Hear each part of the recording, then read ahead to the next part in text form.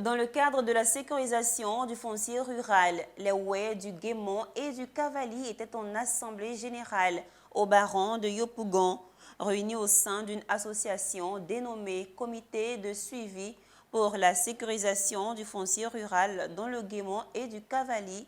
Ils ont organisé cette assemblée générale pour décortiquer le décret numéro 2023-238 du 5 avril 2023 déterminant les procédures d'immatriculation des terres du domaine foncier rural et envoyer des missions auprès de leurs parents pour expliquer les nouvelles dispositions de ce décret.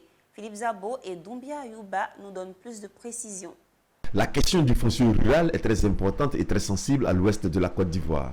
C'est pourquoi, c'est après 2 rencontres avec l'agence foncière rurale AFOR au mois de janvier, une AG tenue le 4 février et la publication du décret numéro 2023-238 du 5 avril 2023 que le comité de suivi pour la sécurisation du foncier rural dans le Guémont et le Cavali a décidé de tenir une AG pour expliquer les nouvelles dispositions de ce décret. Ce comité, en fait, c'est un comité qui est chargé de suivre les activités de sensibilisation de telle sorte que nos parents sachent, soient au courant des lois et soient au courant de tout ce qui se passe au niveau du foncier rural. Qu'aujourd'hui, il faudrait que toutes nos terres soient immatriculées, c'est ce que l'État de Côte d'Ivoire demande. Et l'État de Côte d'Ivoire, en le demandant, a mis en place un certain nombre d'outils légaux tels que la loi de 98-750.